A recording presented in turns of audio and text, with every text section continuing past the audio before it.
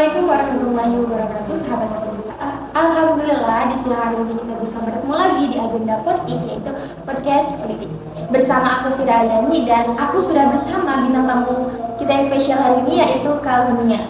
Halo Kak Dunia. Halo, Boleh disapa teman-teman satelitnya? halo teman-teman satelit. Apa kabar Kak?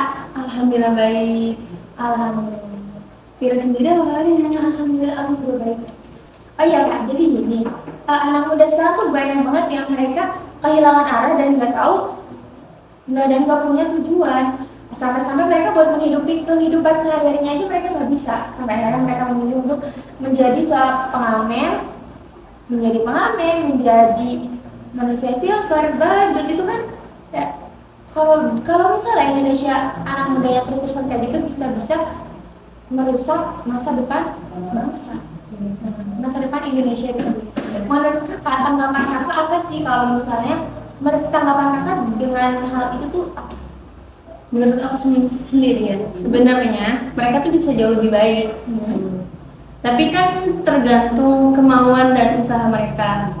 Nah, dengan cara menghilangkan dulu nih mindset yang kayak gitu tuh. Mindsetnya dihilangin, terus Mindset yang seperti apa yang harus dijalani? yang kayak kayaknya aku nggak bisa apa-apa, aku pengen jadi manusia silver aja, aku pengen jadi badut aja, itu tuh harus dihilangin karena sekarang beasiswa udah banyak di mana-mana. Terus lomba gitu ya, terkait perihal lomba itu banyak banget gitu, ada lomba poster, lomba karya tulis, kalau misalnya di dunia perolahragaan lomba silat gitu, kayak gitu-gitu tuh udah banyak. Cuman balik lagi, mereka mau nggak ikut lomba gitu. Dengan ikut lomba kan, kita tuh bisa dapat uang saku tambahan, dapat relasi juga gitu kan. Oh, jadi semua itu tergantung mindset dan kemauannya mereka sendiri. Nah, aku pernah dengar kalau misalnya orang kaya itu keturunannya bakal kaya, tapi kalau misalnya orang miskin itu keturunannya bakal terus miskin. Menurut kakak, tanggapan itu tuh benar atau nggak sih? Menurut aku sih ada benernya, tapi ada salahnya juga. Jadi itu nggak benar 100% karena ada yang misalnya ayahnya nih kaya nih, seorang pengusaha, terus ke anaknya karena anaknya terlalu dimanjain gitu. Jadinya tuh nggak berlanjut gitu, stuck di anaknya aja dan jadinya anaknya nggak kaya gitu. Dan ada juga yang kayak anak yang orang tuanya nggak kaya tapi dengan beasiswa gitu, dengan keterampilan yang dia punya gitu, dia jadi bisa hidup lebih sukses gitu. Raffi Ahmad kan kehitungnya tuh bukan orang kaya dari lahir gitu kan, tapi karena usahanya dia yang sungguh-sungguh gitu, jadi bisa kayak sekarang. Ada lagi nih Kak, seberapa menurunnya sih kualitas anak muda sekarang sampai katanya bisa merusak Indonesia di masa depan? Sejauh yang saya lihat, sejauh yang saya baca, dari riset yang saya baca itu dari sebelum COVID nyampe setelah COVID ya, itu tuh ada 3 poin penting gitu, yang saya sangat garis bawahi. Yang pertama itu, anak muda zaman sekarang itu mudah banget curiga. Misalnya pemerintah nurunin kayak kemarin ya, marketplace guru gitu, itu pro kontranya banyak gitu, dilihatnya negatif terus. Padahal kan mungkin pemerintah nurunin itu kan pasti ada positifnya gitu.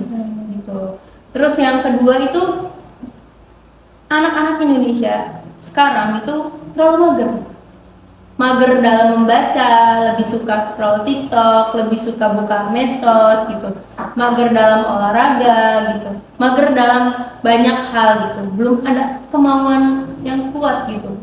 Padahal anak zaman sekarang itu pinter-pinter gitu, cuman terlalu mager aja.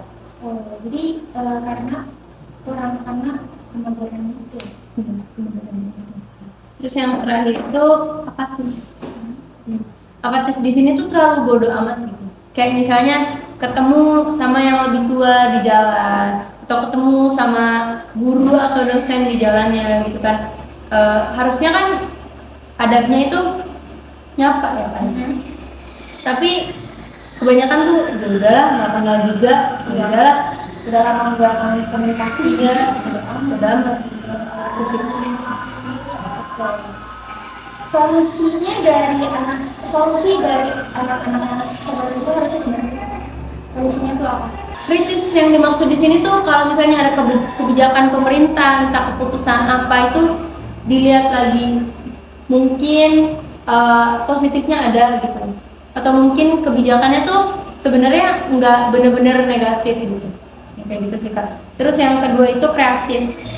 Anak muda sekarang tuh harus benar-benar kreatif karena kalau nggak kreatif bakal kalah gitu.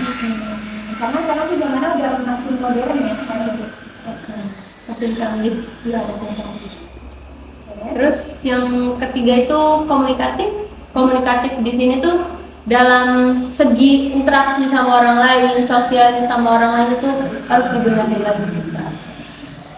Nah, jadi solusinya tuh ada 4 yang tadi ya? Iya, satu lagi. Oh, belum tuh.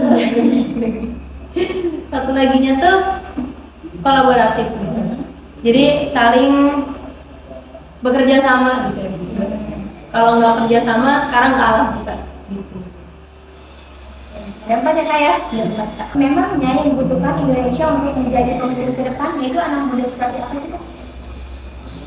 Anak muda yang berintegritas tinggi Kak. Yang dimaksud integritas itu sendiri Kak? Integritas itu ketika ucapan dan perbuatan itu sejalan gitu ya, selaras. Berbicara mengenai integritas dan tinggi, apakah sekarang Indonesia sudah memiliki pemimpin yang berintegritas? Menurut saya sih belum ya Kak ya. Karena integritas ini sendiri selain perbuatan dan perkataan itu selaras, tanggung jawab juga, teladannya juga gitu. Nah itu tuh harus dibenahi lagi nih buat pemimpin tahun 2024 gitu. Oke, jadi gitu ya. Jadi anak muda yang dibutuhkan untuk Indonesia ke depannya itu adalah anak muda yang berintegritas, pemimpin yang berintegritas. Oke.